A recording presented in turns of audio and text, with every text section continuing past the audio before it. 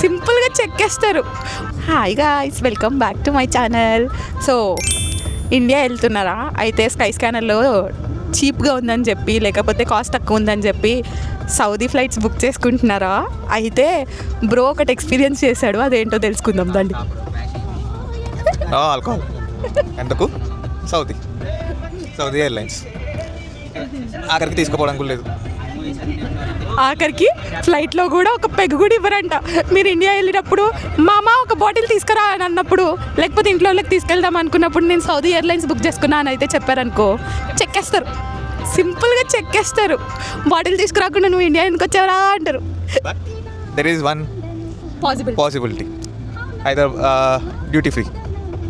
Once flight land అయ్యాక duty ఫ్రీలో కొనుక్కొని వెళ్ళొచ్చు.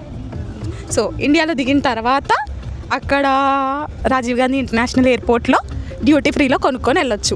సో సేమ్ కాస్ట్ ఉంటుందా? ఆల్మోస్ట్ సేమ్ కాస్ట్ ఉంటుందంట.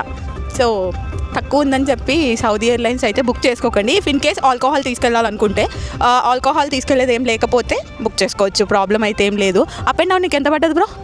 400 400 అంటే 380 చేంజ్ పడింది గైస్.